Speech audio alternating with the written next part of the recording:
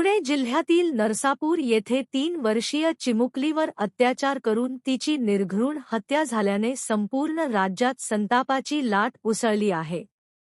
या पार्श्वभूमीवर राष्ट्रीय हिंदू संघटन जळगावच्या वतीने दिनांक 4 मे रोजी जिल्हाधिकारी रोहन घुगे यांना निवेदन देण्यात आले। या घटनेतील आरोपीस कठोरात कठोर शिक्षा देण्यात यावी तसेच प्रकरणाची सुनावणी फास्ट ट्रॅक न्यायालयात करण्यात यावी अशी मागणी निवेदनातून करण्यात आली। यावेळी जिल्हाध्यक्ष सुरेश वाघ, उपजिल्हाध्यक्ष नागराज महाजन, योगेश बाविस्कर, महासचिव रत्न अत्तरदे, युवा अध्यक्ष ओमप्रकाश जोशी, उपाध्यक्ष सुनील राजपूत, राजेश बंसल, महासचिव कुमारी मनीषा हटकर, युवा महासचिव निलेश चौधरी तसेच सामाजिक कार्यकर्त्या विजा पांडे आदी पदाधिकारी उपस्थित होते।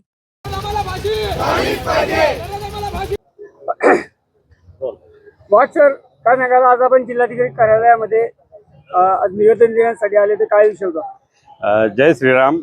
मी सुरेश वाघ, जिल्हाध्यक्ष राष्ट्रीय हिंदू संघटन जळगाव। तर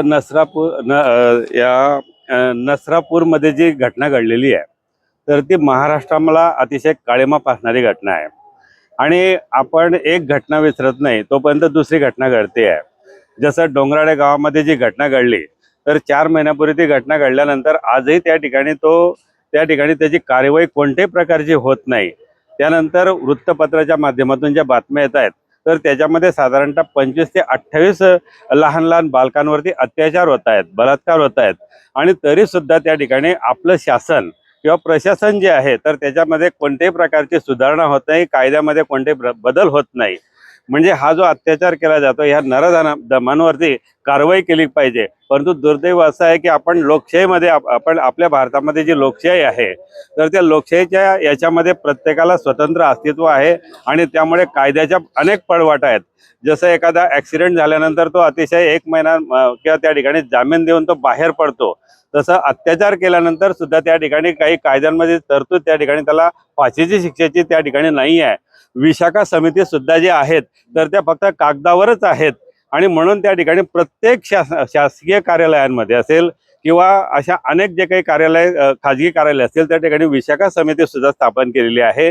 परंतु त्या ठिकाणी स्त्रियांवर अत्याचार होतात परंतु त्या ठिकाणी कोणत्याही प्रकारची कार्यवाही त्या ठिकाणी होत नाही आणि म्हणून या ठिकाणी मला एकच सांगावंसं वाटतं तर आपला जो शक्ती कायदा जो आहे तर शक्ती कायद्यामध्ये साधारणतः अशा प्रकारे जर अत्याचार झाला तर 15 ते 21 दिवसामध्ये साधारणतः जो अत्याचार करणार आहे तर त्याला फाशी दिली जाते आणि म्हणून शक्ती कायदा हा भारतामध्ये लागू झालाच पाहिजे असं आमच्या या ठिकाणी म्हणणं आहे।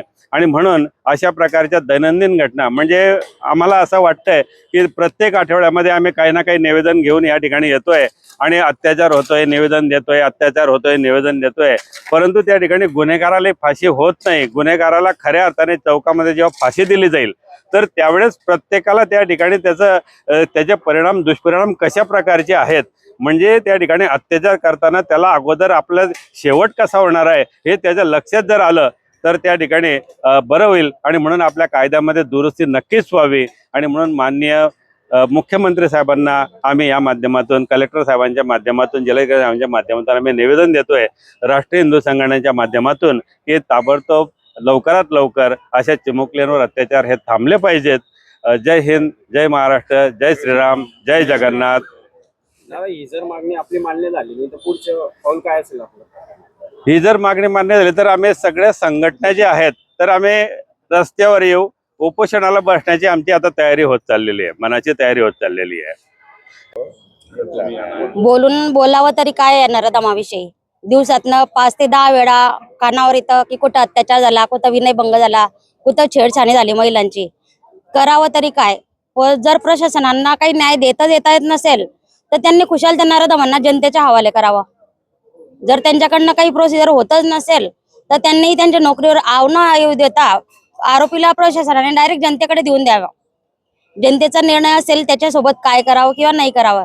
प्रत्येकाला आई पाहिजे, कुणाला पत्नी पाहिजे, कुणाला मुलगी पाहिजे। म्हणतात की मुलगी लक्ष्मी आहे, पण ती लक्ष्मी आज सुरक्षितच नाहीये।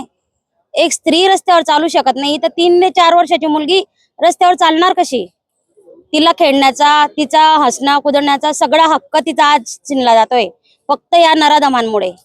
आपण कुठेतरी बघतो की वेश्य व्यवसाय थांबवा. वेश्य व्यवसाय चालू असून सुद्धा इतके बलात्कार होत आहेत. मग तुम्ही वेश्य व्यवसायाला 2 मिनिटात आडी घालता. त्यापेक्षा ह्या नराधमांना फाशी द्या, रोडावर आणा. किती निवेदन द्यायचे, किती आंदोलन करायचे, किती मोर्चे काढायचे. पब्लिक फक्त हेच करणार आहे का? किती न्याय पब्लिकला भेटतोय का आजपर्यंत? एका तरी अपराधाला आतापर्यंत 8 दिवसात फाशी मिळाली आहे का? ही एकही बातमी आजपर्यंत पेपरमध्ये आली नाही. पेपरमध्ये बातमी फक्त हीच येते, 4 वर्षाच्या मुलीवर बलात्कार झाला, एका महिलेवर बलात्कार झाला, एका वृद्धावर बलात्कार झाला. पण फाशी किंवा न्याय भेटतो कोणाला आहे? प्रशासन आतापर्यंत करतं काय आहे? आपलं नाव सांगा. माझं नाव रत्ना अत्तरदे, राष्ट्रीय हिंदू संघटन महिला अध्यक्ष.